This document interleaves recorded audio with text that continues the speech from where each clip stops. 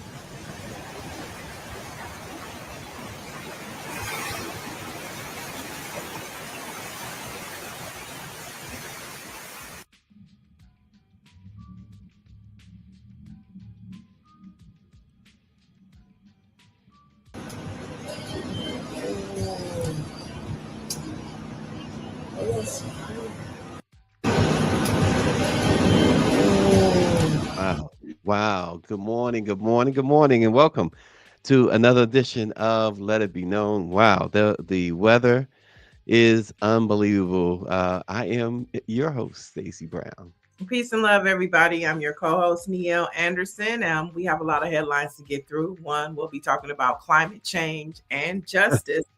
Plus, we have headlines about Amazon, an update on the Philly strike, TikTok, and we'll tell you who's getting a star on the Hollywood Walk of Fame today. Stacy, When I'm get my star. You got to do a little more. Oh, shoot. I'm retiring. I'm not getting a star. Or you have to have $100,000 and you get a star. Everybody can get a star if they got the right dollar amount, the right zero. Yeah, that's true. I'm going to do a GoFundMe for my Hollywood star. Come on, y'all. Start contributing now. A lot's going on. Look, it's we know we saw that video there, Trump with the Liberia. I mean, how much can we be even? Is there a way that we are more embarrassed than what we are now as a nation? Niele, is there? Can we be? Is it possible? I'm more concerned about how racism and how they're allowed to make such racist comments and not. Oh gosh. You know, that was very racist of him to say. Oh gosh, yeah. That's what I said. How can the person, the CEO of the country, just be so unmitigated, such an unmitigated disaster? Anyway, we wanted to get away from stuff like that today. We wanted to be a Trump-free day. That's what we need to have, and have a banner too, Trump-free day. We need to have a Trump-free day. I mean, I think as Black folks, we're dealing with this. I love how we are dealing with this Trump clan administration and what they're doing. You know, we are participating in, fighting for justice, equity, DEI, and whatever else he wants to call it. but we're also not losing our head and wigs about it. You know what I'm saying? I feel like the state of Wakanda is really happening for Black folks in this country because we found a place and a space. Even this show, is a part of Wakanda because what we're talking about, they ain't talking about, and we are talking about it in our tone and in our way. So, I mean, I think we are doing the best we can with this, Stacy, and I'm loving it. We're in a You're totally loving it. atmosphere than I, the rest of the world. I wish the CBC could say the same thing, that they're doing the best they can. Goodness grief. You talk Yeah, about yeah, missing in action, they're missing failure. it. But I think New York is going to have. I think Hakeem Jeffries may have trouble in New York. Yeah, he Um, should. because they are talking now that they are wanting to run candidates like Mandami against incumbents in New York. Mhm. And I just saw a video this morning where Hakeem Jeffries was doubling down, like Mandami needs to address certain comments that he made before he. And I'm like, Mhm. bro, pick up the phone and call him. Right, right. And you know what? Your girl that you brought on the other day, the state representative from Florida, what she said? She said, listen, she beat an incumbent. And Yeah, and there what you go. she said, I'm in a group chat with Mandami. Okay, so Democrats better watch out and be careful about how you're trying to still do politics as usual in a racist Klan administration. Yeah. Politics as usual is over, bro. It's over. Yeah, yeah, RNG, I tend to agree. He says Hakeem Jeffries is another Nancy Pelosi. Which Pelosi. makes him worse. Um, Makes him worse because Black folks don't have the luxury of white privilege. Nancy Pelosi floats on white privilege to where she could take stock and get it in a questionable way and then put on a kente cloth and take a knee. And everybody's like, ooh, Hakeem Jeffries doesn't have that privilege. yeah, wow. Yeah, Mike V. All that smoke for Mamdani, but no smoke for MAGA. Right, Hakeem needs to cut it out. Yeah, it's true. It's true. right. Wow. And your boy, Well, James Clyburn, he said he said he's a Democrat now, so I'ma endorse him. Yeah, he has my support. oh gosh, you know, CBC. I've said enough about Clyburn on this show. It's enough. It's enough. Well, you brought up Go the Congressional Black Go Caucus. sit. I No, I didn't. know. No, I'm saying it's enough with him and his people. Go sit down. Go have some lemonade or Kool-Aid or whatever you drink on the porch down in South Carolina, and just get out of everybody else's way. Move, move, get out the way. Okay. Just like wow. I mean, we had. Oh my gosh. Um, some other topics this morning. um Here, this is a kind of a talker for me, and I wanted to want to get Niele's response and your response in the chat. I've certainly been very complimentary but very critical of the late Michael Jackson, um and I have a take on this, the estate of Michael Jackson, and you can see this in an exclusive that on BlackPressUSA.com, has filed an explosive petition in Los Angeles Superior Court accusing Frank Cascio, a man once described as Jackson's, quote, second family, of masterminding a $213 million extortion plot to force payouts by threatening to flip decades of public support into salacious allegations about the King of Pop. Um, in a nutshell, Greer and I was out in Vegas. We spoke to the executors of Michael's estate in person. We were hip to this last year. Frank Cascio, who once went by the name Frank Tyson, lives in New Jersey. A family that was very close to Michael Jackson forever and always defended Frank, especially his little brother there, Aldo Cascio. They always defended Michael Jackson publicly, privately. Frank Cascio wrote a book in 2010, My Friend Michael Jackson, or My Dear Friend Michael Jackson. He talked about how loving and caring and a great man Michael was. And he was on Oprah Winfrey show saying that if Michael would ever have done anything untoward toward them, he wouldn't be sitting here talking to Oprah at this moment, et cetera, defending him at the trial. Well, in 2020, when Leaving Neverland, the devastating documentary about Michael Jackson came out, and really was a heart-wrenching documentary came out about Michael Jackson. The estate was in the midst of negotiating what we now see as Michael Jackson 1 out in Vegas and the Michael movie starring Michael's nephew Jafar. And they were advised by the attorneys to, hey, we need to get some positive stuff out there. So they called Frank Cassio. And Frank said, well, give me X amount of money. Otherwise, I'm not only not going to help you, I'm going to go and say Michael did X, Y, and Z. So they settled with Frank and 10 associates, a quiet agreement, $3.5 million a year for 5 years for apparently each of these 10 people. That's a lot of money, folks. Now Frank wants $213 million, and he's suing. And not only is he suing the estate, or trying to sue the estate, or threatening to sue the estate, I should say, but his lawyer is Mark Garagos. You might remember Mark Garagos from the Diddy trial. His daughter worked on as a defense attorney for Diddy, and Garagos was a counselor in that case, but he also defended Michael Jackson. Now he's representing a man who is now claiming Michael did some salacious things and wants $213 million. How does someone spend decades insisting that Michael Jackson was innocent on television and interviews and a 300-page book, only to demand $213 million years later to keep from telling the opposite story? Niele, I ask you. Viewers, I ask you. I mean, Michael Jackson, I think at this point in the game, we just want to celebrate his life and his music. I'm sure that's what the estate wants to do. His family wants to do. That's all we want to do is all these lawsuits and stuff. I mean, it's just a growing theme against Black men in this country. It's just amazing that they're even going after Black dead men. You know what I'm saying?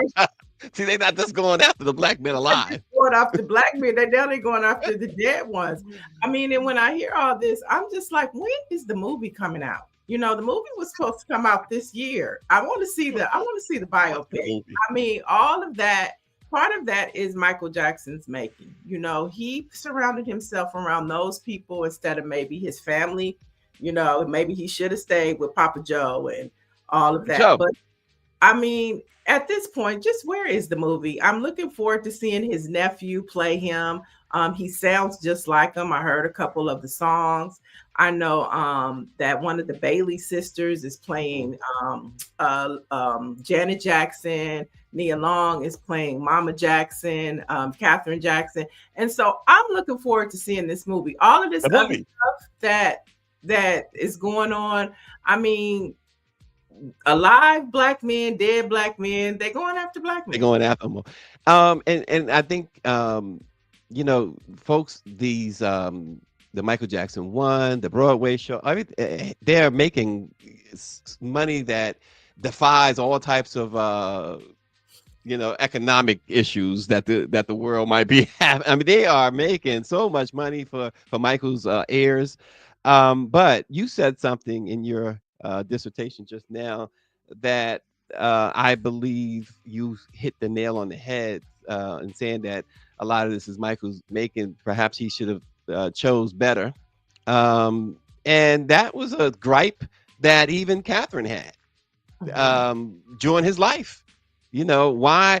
And it's not to disparage anybody, but I'm going to quote her. She said, "Why is he hanging around all these little white boys all the time?" Yeah. And it's not that is anything wrong with him having white friends or whatever. He had loads of white friends. There's no question about it. But Mhm. the gripe was, especially after you had to come out your pocket to the tune of tens of millions of dollars before, and it was a little white kid. You know, why are you doing this? Why won't you change your behavior? You remember Ed Bradley sat with Michael Jackson and while he was under indictment and said, I'm gonna still sleep with and share my bed with little boys. Yeah, like I say, I just would prefer at this point he's gone. Let's just celebrate his music, and let whoever's handling his estate handle that affair. Bring on the movie Anton Fuqua, who is directing the movie. He We want to is. see the movie, you know, all that Yeah. other stuff. It's just like it. Yeah, I think a lot of fans. Yes, Dr. Joni, I miss Ed Bradley as well. I think all his fans want to see the movie. I think they it's been pushed back for whatever reason a couple of times now. Now we're hearing it may not even be until 2027, which is crazy. But then it's We'll be like you waiting. might see We'll it be in two waiting. parts. It might Yeah, be part one, part two. yeah. So We'll be I think a waiting and lot. we'll be just as excited and we'll celebrate him on his birthday.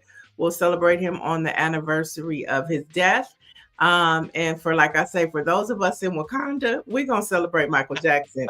We'll let the Earthlings fight out the court case. Yeah, let the Earthlings do it, huh? Okay. Earthlings. All right. So we at the top, he showed you those horror and videos of the weather, and even in Bowie, Maryland. That looked it looked right out of a movie. It Mm, was so scary. Look at that. mm, And now a new national survey makes it clear that this record heat that we experiencing now is more than a headline. 86% of Americans say rising temperatures have them worried about climate change, including 91% of Black Americans who already face hotter neighborhoods, higher energy costs, and fewer resources to stay safe. Nearly 9 in 10 people see extreme heat hurting their health. Yet, mm. as communities brace for more disasters, leaders are debating cuts to FEMA and the National Oceanic Administration, NOAA. This is the current state of affairs. So, how do you justify slashing disaster funding when the heat is closing in on everyone? And you see stuff like what Gria's showing those pictures and videos. Yeah, it's really scary, but what we should be more concerned of is climate change is directly connected to homeland security, which Kristen Naomi has been doing a horrible job, even Gosh. responding in her delay to what's happening in Texas, which that Kerr County is heavily Republican. It is like over 80-90% her base. It's Trump Yep. clan's base, and she can't even take care of them properly. And so when we talk about why it's scary, the Department of Homeland Security, they take care of FEMA. So FEMA is a part of DHS, DHS, and like the U.S. Coast Guard, Customs and Border Protection, cybersecurity. She has to work with the Department of Health and Human Services, the Department of Defense, and the EPA. These are all of the things that the Trump clan administration wants to pull away, but she's directly connected to, and all they care about is detention centers, ICE agents, and alligator Alcatraz. So climate change, climate justice, forget Mm. about it. With this Trump clan leadership, it's a wrap. Yeah. Mike V says it's kind of hard to fight climate impact when you cut the subsidies for renewable energy and double down on fossil fuels. 100%. Yeah. And Dr. Joni says the last thing we should be slashing is anything to do with weather and climate and research and science. And that's exactly what they attacked. They're This giving all this administration. money to ICE agents to have militarized police on the United States soil. Okay. And I'm sorry, I know that everybody has to make a living, but I'm starting to see more and more pictures. I don't know if this is done intentionally, these videos and stuff that we are now seeing of ICE but including the one in which they went into a surgery clinic to pull a man out. Um, a man of color, a nice guy. He's either black or a dark skinned Latino. How does now we know how the other folks sleep. They sleep very well. They sleep on that mattress that they do the commercial on. But this, how does this guy do it? How does people like him do this? I mean, well, there's always going to be a few. I mean, you can go back to slavery, you know. Yeah. The house nigga in the field nigga.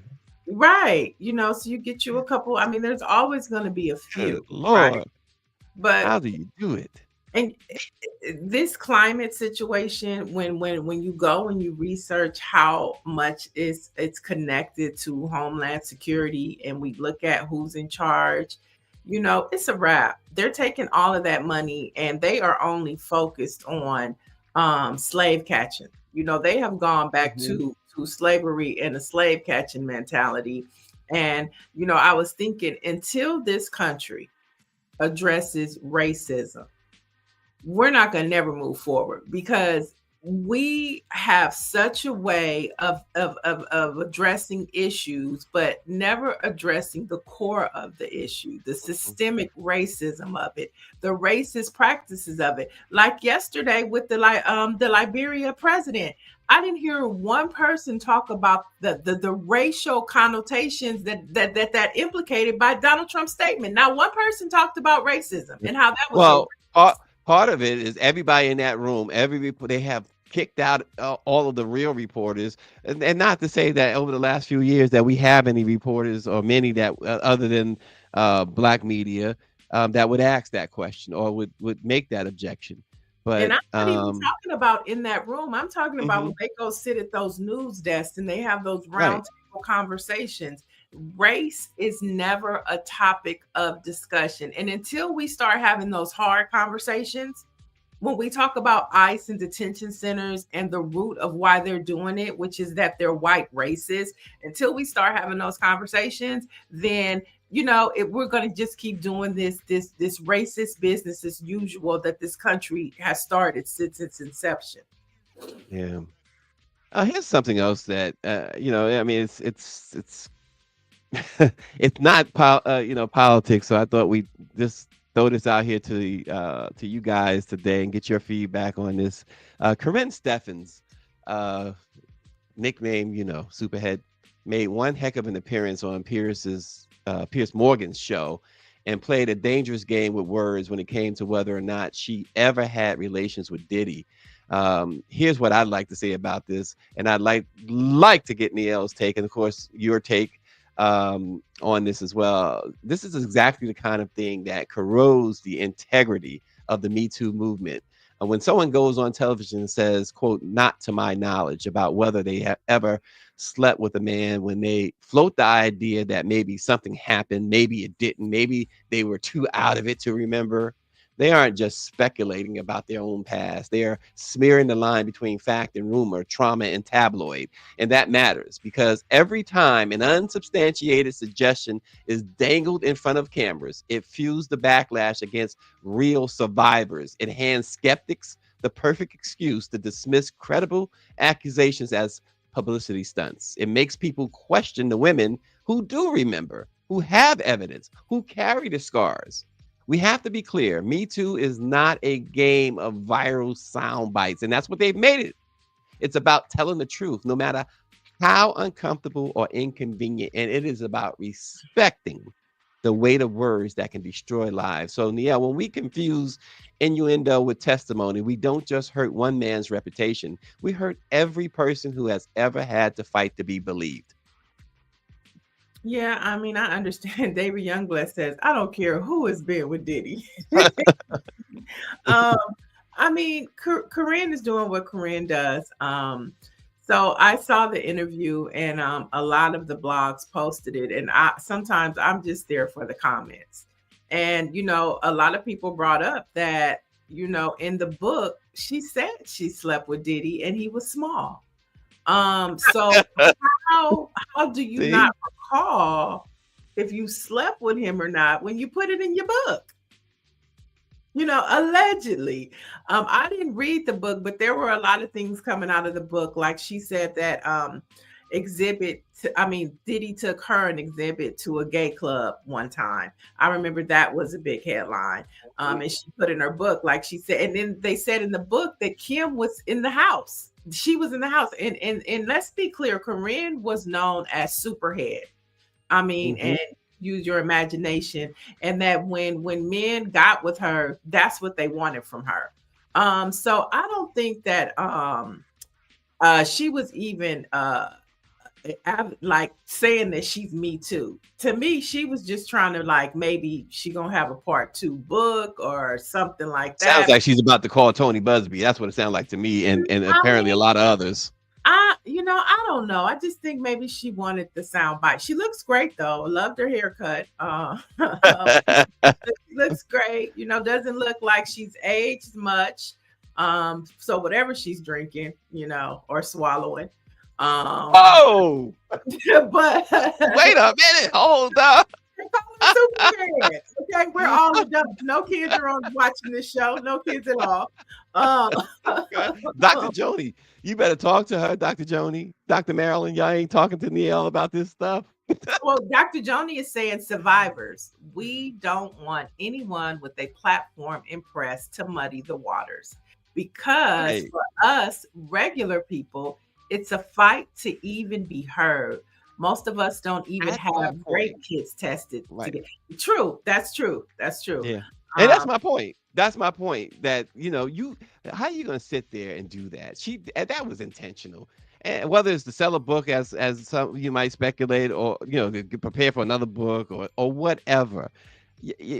Come on. It makes skeptics into, they believe that no woman is telling the truth, and we know that's a huge lie. But that's a problem that women have had forever, not being believed. I think with this Diddy trial now, everybody understands it's a different type beast. But what I do like about the Diddy trial is, now that it's over, a lot of Black men are speaking up as to, how the lines have been blurred. And Rockstar, TMZ caught up with Rockstar yesterday. He's a producer, produced with Chris Brown. He's worked with Diddy. He's worked with Cassie. And he was just saying that this whole situation makes you think twice before you meet a fly girl and you fly her out and you want to go on vacations. He said the best thing that a Black man can do right now is have a woman. Get you a woman. Because flying out, have a wife. That eliminates the problems. It gets you in trouble. And so hearing that, it's like, okay, maybe they're understanding that it's wild out here. Well, real quick, Dr. Marilyn said, Niele, you need a timeout. And Mike V says, Niele's shade is vicious. I'm just saying, Corinne Steffens, let me tell you, she would not be embarrassed or offended by what I said, okay? She would say, yep, with a go. Oh! Okay, so Target's rollback of DE&I initiatives has triggered a sustained boycott led by faith leaders, including Reverend Jamal Bryant, strategic consumer buying campaigns like the Black Press and NAACP, and of course, the original protesters or boycotters out in Minneapolis, fueling weeks of in-store traffic declines as high as 8% compared to last year. The controversy has contributed to a drop of $12 billion in the company's market value and a 2.8% decline in quarterly net sales, while comparable store sales fell 5.7%. A shareholder lawsuit from the Riviera Beach Police Pension Fund accuses Target of misleading investors by failing to disclose risks that are tied to its DE&I policy changes. Although Target pledged $2 billion to support Black-owned businesses, critics say the company has failed to address community concerns directly as grassroots organizers and national clergy continue protests outside flagship stores in cities like Chicago, and where it all began in Minneapolis, Niele. So there's an article that we did this week about Target looking for love in all the wrong places and Black leaders rejecting the corporate spin. Target's still in a lot of trouble, Niele. They are still in a lot of trouble. And our next guest is continuing to stir up that good trouble. Back with us to have more conversation is attorney Nekima Levy Armstrong. She's also a community advocate in Minneapolis. And welcome back to the show, Nekima. Thank you for having me. You're Thank welcome. you. I mean, we're talking about DEI, which is at the forefront of this Target boycott. But when you and your colleagues started this boycott back on February 1st, one of the key issues was about the boycott was the wrongful convictions of Black teenagers that Target has been a part of or allegedly funding. So I want you to talk about where we're fighting a Target for multiple reasons, and I think this reason gets lost in the shuffle of the whole context of DEI. Talk to us about the second layer, or maybe to you, the first layer of the Target boycott. Absolutely. So as you both know, Target has enjoyed a really positive relationship with the Black community and with folks nationally, at least up until it capitulated to current President Donald Trump by rolling back diversity, equity, and inclusion, and essentially jumping on a bandwagon to attack initiatives that were focused on our progress as a people, right? And other marginalized groups as well. But Target's beloved reputation, or Target's reputation as a beloved company, I would say hid the fact that Target was involved in what I would call some very concerning activities here in Minneapolis and Hennepin County, which is the county in which we live. For years, Target funded the Hennepin County Attorney's Office.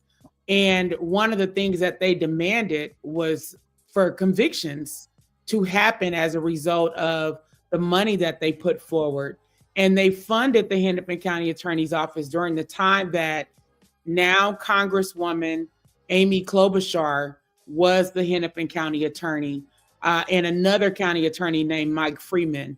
They essentially controlled the Hennepin County Attorney's Office for many, many years. And during that time period, we saw an increase in the rate of incarceration, particularly for young Black men. And now it's coming to light that there were a number of wrongful convictions that happened during that time that Target was funding the Hennepin County Attorney's Office. And to give people context, in the 90s, Minneapolis was actually known as Murderapolis because there were a number of homicides that were happening. You know, this is the time of the war on drugs, you know, where we're seeing crack cocaine in our communities. We're seeing them, pass these crime bills, mandatory minimums, sentencing guidelines, and all of those elements played a role in a crackdown on young Black men. And the reality is that some of these young men were actually innocent, but because of being railroaded by the system, they wound up in the adult criminal justice system.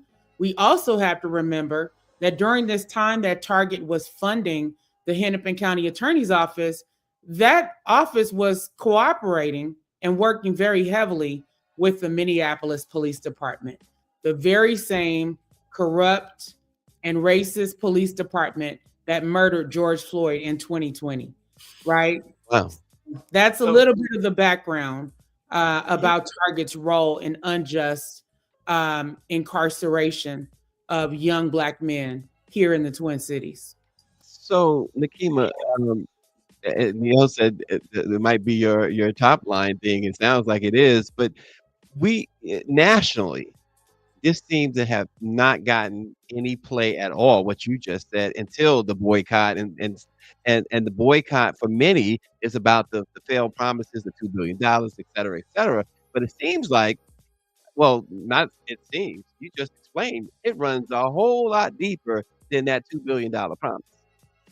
Absolutely. And I think that part of the reason that most people don't know about this is because, as you all know, we've raised concerns here in Minneapolis about attempts to hijack the boycott and to change the narrative, right? We know there's a pastor in Atlanta that has essentially misled the public by essentially pretending that he launched the boycott when he knows full well that it started in Minneapolis. So that's where the gaps come in, right? You see him trying to attach the boycott to George Floyd, knowing he has no connection to George Floyd.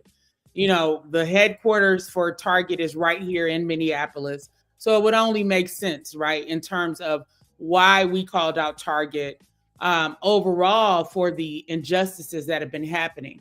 And so because he has consumed a lot of the press around Target, his focus is only on what he knows, right? Mm-hmm. We know the true story and the comprehensive story around Target's betrayal of the Black community, and particularly young, vulnerable Black men.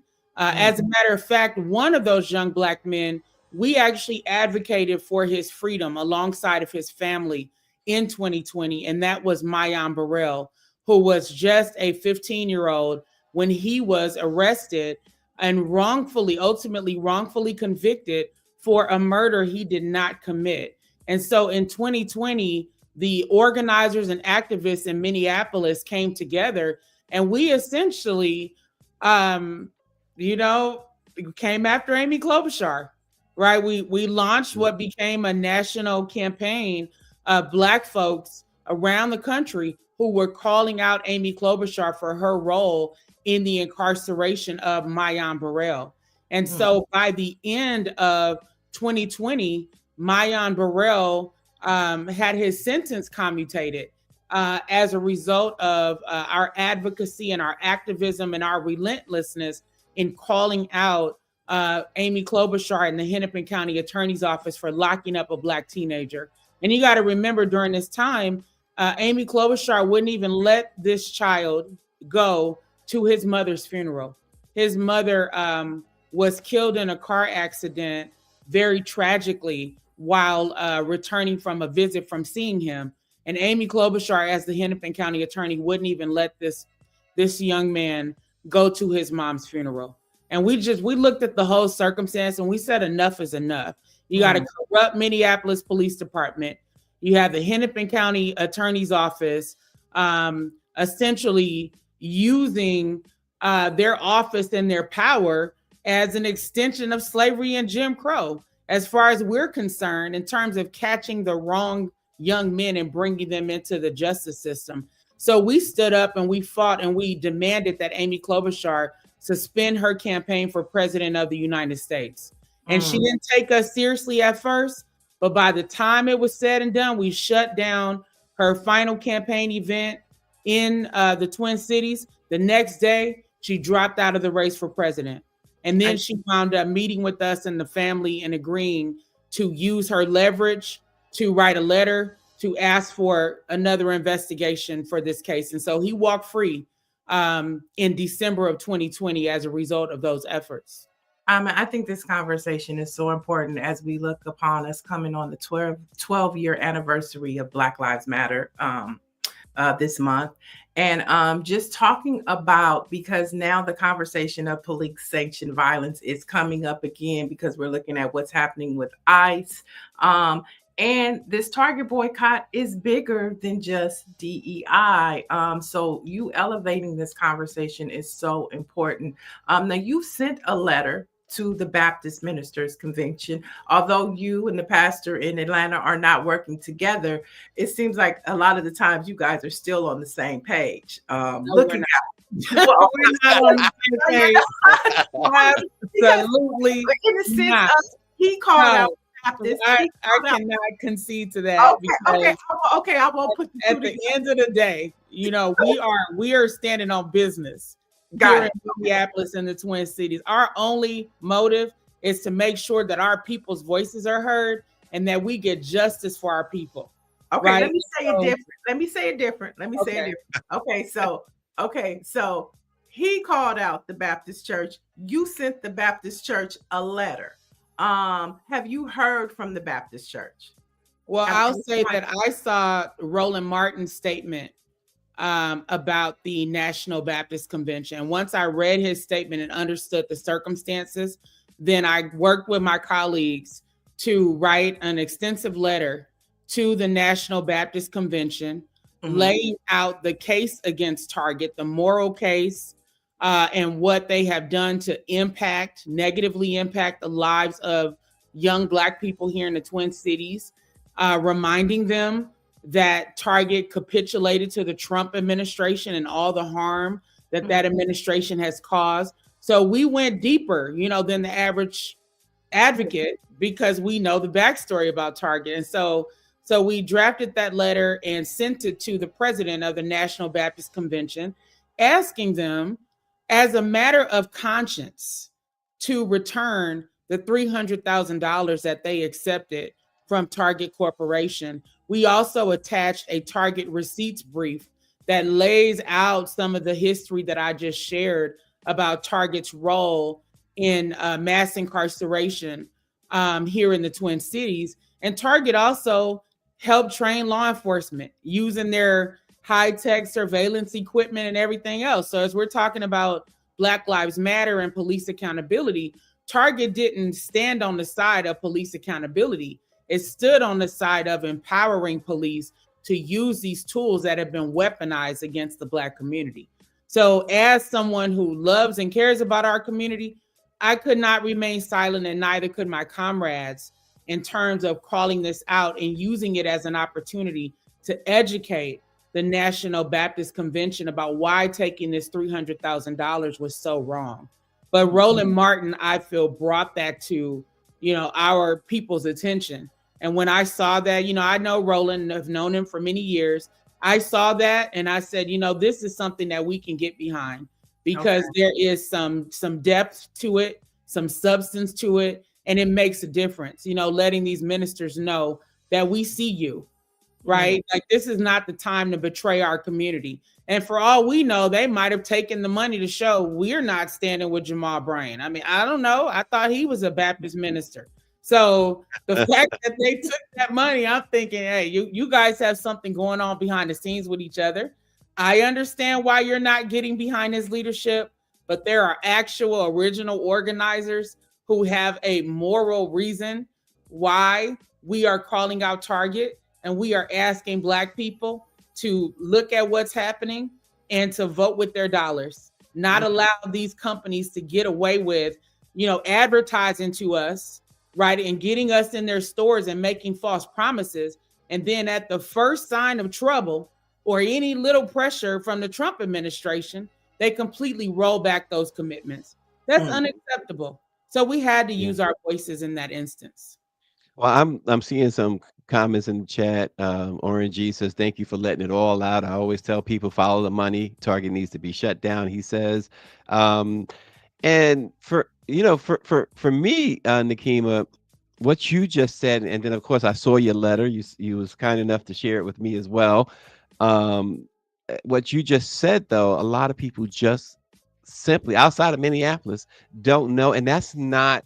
I'm not understanding, and I'm not expecting you to explain why, but I'm not understanding why the Jamal Bryants and the NAACPs and others are not carrying that specific message. Because I tell you what, when Target can say that, we are doing this and we are doing that, we have continued to do this and that when it comes to that $2 billion commitment, I'm one who says, okay, well, then why are we boycotting Target? But you just laid out that this is, hey, folks, this ain't about money. This is about Black lives. It's deeper. It runs a whole lot deeper. Yes, it does. And that's what our ancestors stood on, right? Think about the people during the civil rights movement and how the Target boycott is being compared by some to the Montgomery bus boycott. One thing we have to remember is those folks, our people in Montgomery, stood on business for 13 months. We have all kinds of conveniences, right, which are a blessing. But those folks made the commitment. Look, I'm gonna walk, I'm gonna carpool, I'm gonna do whatever. I take a taxi, I'm gonna do whatever I need to do to not ride that bus, in solidarity with standing up with Rosa Parks and standing up for Black rights.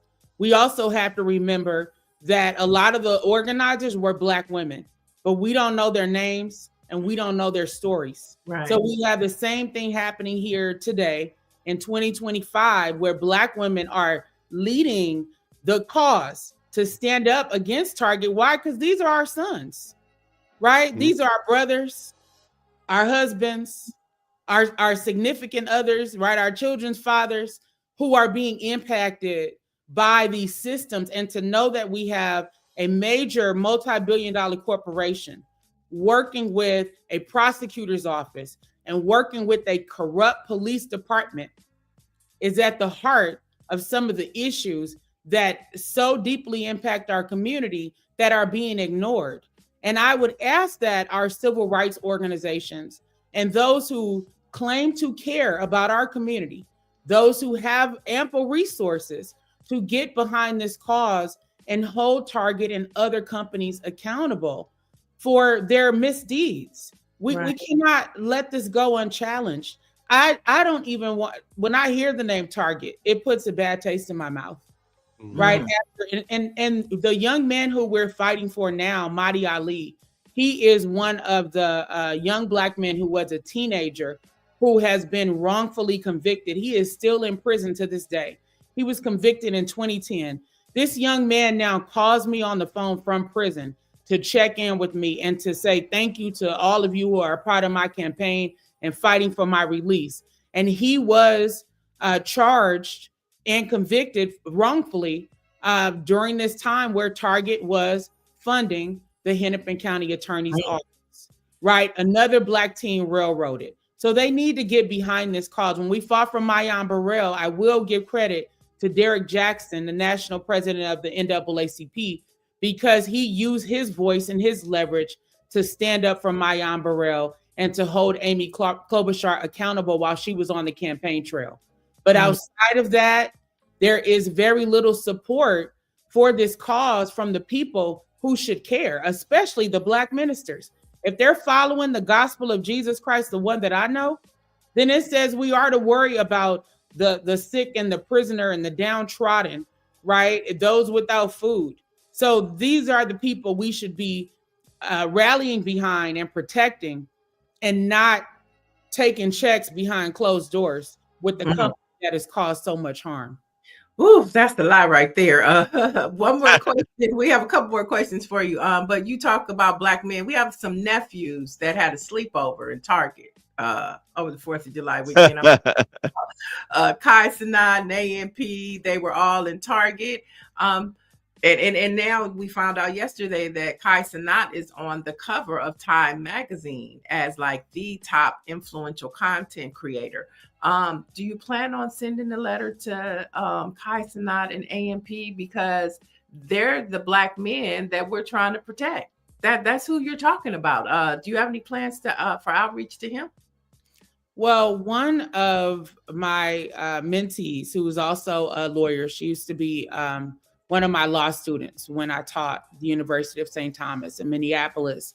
She used to also run the Minneapolis NAACP, Leslie Redmond. And, she's on Instagram, and she put up a post 2 days ago calling out Kai Sanat and AMP for taking these funds from Target, and telling the story. Like, look, this is why we started this boycott in Minneapolis. We can't have Black influencers taking this money, promoting Target. It's a real slap in the face, right? And we also have to remember that a lot of our concerns as foundational Black Americans, right, have to do with our history in this country. And so you have Kai Sanat, who is not a foundational Black American, from my understanding. You also have the CEO of Essence, Caroline Wanga, who took money from Target, and there was a boycott of Essence Fest, by some as a result of this. Caroline Wanga was born in Kenya, right? And so we need folks who, have been able to benefit in some ways by being connected to the Black community, where people aren't necessarily making a distinction, right, in terms of your roots, to stand with us if you are going to benefit from our Blackness and the struggle, right? Because it was our people who, like I said, walked in Montgomery for 13 months. It was our people who braved water hoses and dogs and jail and beatings and even murders and lynchings, right? So for these individuals to stand on our shoulders, but then at the first, opportunity to take a check in a backroom deal with Target is completely unacceptable. So I feel that some of the young folks, this is your opportunity to call out Kai Cenat, who is a part of your generation, and to hold him accountable, because that you guys are who he's targeting. Those who watch his streams, those who see some of his shenanigans online, you are the folks he's targeting, trying to lure back into Target. And you can use your voices in this moment to say, no, not today, bro. We're expecting more from you, right? In this instance. So I'm happy to write a letter to Kai Cenat, but I think it'll have a bigger impact to have young folks in his generation tagging him and calling him out and holding him accountable to stand on principle and stand on business for Black America while we're in the midst of this boycott, because he certainly has benefited from the struggle of Black Americans in this country. There you go. Justice 100%. 100%. has done. My last question is, Nekima, I mean, you've laid out so much. So how does Target come back from this? What's the answer? Honestly, at this point, I'm not sure that Target can come back from this. From the very beginning, when we launched this national boycott outside of Target's corporate headquarters in downtown Minneapolis, we said this boycott was indefinite unless and until Target made a decision to reverse its stance on diversity, on rolling back diversity, equity, and inclusion. So we didn't say, oh, here's 40 days. If you're a real organizer, you know full well you're not going to move a company in 40 days. So we didn't say that. We were like, look, we're not going to give them a time frame. We're going to say, as long as you keep playing these games, trying to buy people off, trying to pretend, that you care about our community, we're going to continue to vote with our dollars by not shopping with you. Right. So I'm not sure at this point. They've had so many chances to do the right thing. Right. They bypassed the original local organizers who launched this boycott. And who did they meet with? Al Sharpton, who has absolutely nothing to do with this boycott. Right. He's not even on record boycotting. In fact, he has said he's not participated. Exactly. So why would they go? That's patriarchal, right? To go and meet with they're trying to choose our leaders on top of all this harm that they've done. They're also trying to bypass Black women when women in general represent 60% of Target's consumers. So why wouldn't you go to women and say, hey, how can I make this right? So at this point, I'm not sure that there's anything that they can do, but they definitely need to try a lot harder than giving checks to people who they think are going to lure us back in their stores. They need to understand why are you playing in our faces? Right. We come from a serious ancestry of people who fought against all odds, against white supremacy, racial hatred, abuse, brutality, dehumanization, and discrimination. That's whose shoulders we're standing on, not the influencers and the people who have these big titles and these big platforms. They don't represent what matters to us as a people, right? So Target needs to do some research about our history to understand who they're really dealing with here.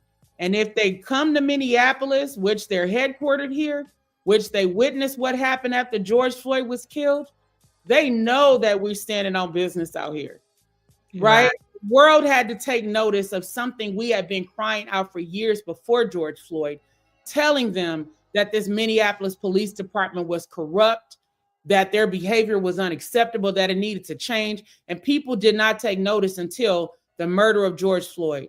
And literally, we organized the first demonstration calling for justice for George Floyd in hours after he was murdered, right? So we are not playing here when it comes to civil rights and racial justice. We're also unbought and unbossed. So they know if they meet with us, they need to come with something serious on behalf of our community, because that's what our community deserves.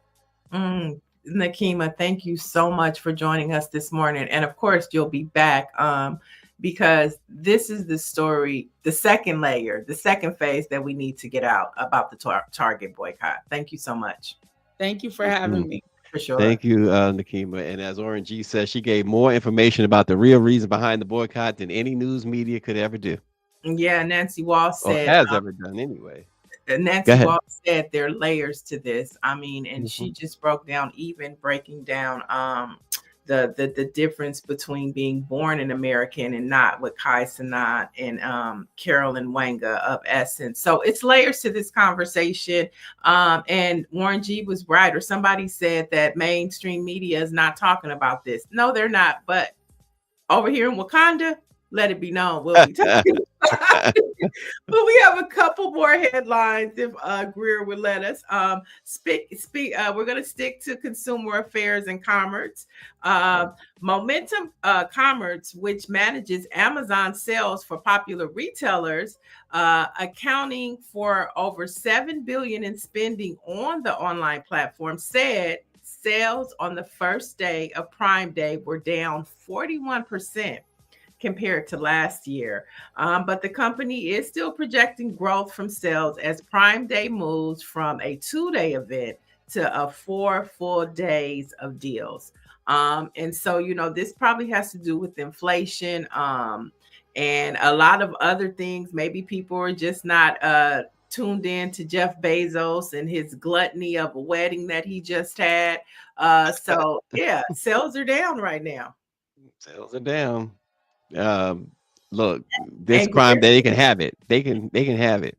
And Greer said to add the laying off of workers and replacing them with AI. So Target Prime Day used to be a big deal. And I don't even think people realize it's happening right now. And moving on, efforts to make canceling online subscription services easy has been shut down. Now, the U.S. Court of Appeals for the 8th District made the decision just days before the FTC's new click-to-cancel rule was to start on July 14th. Now, consumers like ourselves were complaining about subscription traps, meaning that it's easy to click to get on, but when you want to get out and get your money back, you can't find it anywhere on the site. So the FTC said we're going to put some regulations on these Amazons and these Netflix and all of these other apps, and we're going to make it easy for you to opt out, just as it made it easy for you to opt in. And that's what it was designed for. But now that Trump's in office, you know, somebody probably put some money in his pocket, and now it's gone away. So now you're going to have to search to cancel. You know, if you have Roku TV, a Roku TV, and you go to one, you know, if you have Prime and they say, you know, a free trial to say MGM Plus or whatever, and you hit that free trial or watch for free today only or whatever, you hit that, they automatically get your information from Roku and they start billing you until you realize they're billing you. Right. And then you, like you just outlined, the canceling process is horrendous. It is, yeah. And so rules and regulations, FTC, that's what it's for. They said, okay, we're going to set up a mechanism where you can't do that. And if you do it, you're going to be fined. Trump administration clan said, it was supposed to take effect on the 14th. Right. Out the window. And that happened to me just yesterday. I ordered from Uber Eats and my food was cold. It took me at least 45 minutes to figure out how to let them know that my food was cold. My food is cold. You know, and so consumer affairs, remember back in the day where the local news would have a consumer affairs guy and they would point out and call out a business. We need to get back to that now. Yeah, exactly. We need that. I'm on board. All right. And so let's head to Philadelphia, where it looks like the Philadelphia District Council. Right? It's over, y'all. So the stink is going away. So after it's gonna take a while. After 9 days of striking, sanitation workers and city workers will return to work today. Now, Mayor Cheryl Parker released a statement saying the new tentative agreement, combined with the 1-year extension, will increase the members' pay by 14% during her 4 years in office. Now, despite that agreement, the union leader, Greg Bauweier, says he's unhappy about the agreement. He said the city needs to put members and workers who handle essential functions as a priority. And this is according to Philadelphia NBC. Now, Union leader? Huh? The union leader? Yeah, he's not happy with it. Well, why did he sign off on it? Don't he have to sign off on it? Because they're essential workers and there was a demand. Like it was becoming a huge city problem. I mean, so 14% is not bad. He's saying it could be better, but it was enough because it's not just based upon him. You know, his union workers probably were like, hey, 14% ain't bad. Let's get back to work. You never know, but he took the deal. And it's a temporary, it's a tentative deal. So for now, you're gonna get your trash taken up, Philly. And this union represents over 9,000 workers in sanitation, police dispatch. Also, the trash was the forefront because it was the scene, but also 911 dispatchers weren't working. So the city was in disarray. They had to get this fixed immediately. And so the strike lasted about 9 days. They're back to work. 911 is functioning. Trash men are back on, and women are back on the front line. And we'll see how it goes. Black leadership handled it, okay? And finally, today on the Hollywood Walk of Fame, Glenn Truman will receive his star. And you know, he's had a beautiful career in Hollywood. From Cooley High to Straw, Perry Straw, and all in between. So he gets his star on the Hollywood Walk of Fame, and there's a story about him on BlackPressUSA. You want to know more? Awesome stuff. Well, a little Black history facts on this date, folks. In 1927, David Norman Dinkins, the first African-American mayor of New York City, was born today. He served between 1989 and 1993. And then Giuliani came in and ruined everything. But David Dinkins was born on this date in 1927. All right. And on this day, Mary McLeod Bethune was born in 1875 in Maysville, South Carolina. And as you know, she was an educator, civil rights leader, founder of the National Council of Negro Women. And she's known for founding Bethune-Cookman University. She was also an honorary member of Delta Sigma Theta Sorority Incorporated. She was inducted at the sorority's 5th National Convention in 1923, and she became their first honorary member. And so because of that, yesterday, I thought it was important to highlight that Delta Sigma Theta Incorporated inducted another set of women to honorary membership. So that honor was bestowed upon Queen Latifah.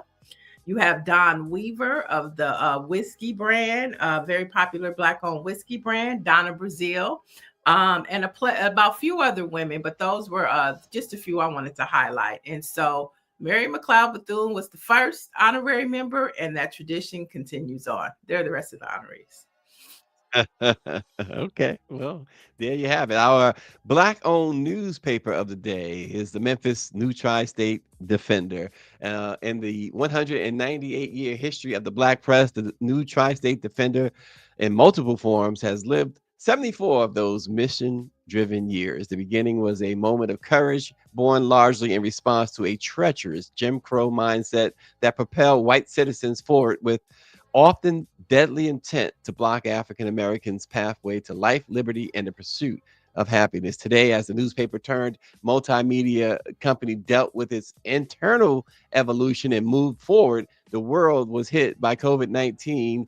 And so the paper had to pivot, transitioning to a primarily remote-based operation and fully committed to providing the community with reliable, easily understandable information to navigate through the public health crisis. Now 74 years old, the new Tri-State Defender is positioned to build upon the vision of its founders. The fact that what once was called the community's baby is still about the business of service 7 decades later, and that is a testament to the need and to its roots. The new Tri-State Defender is our Black-owned newspaper of the day.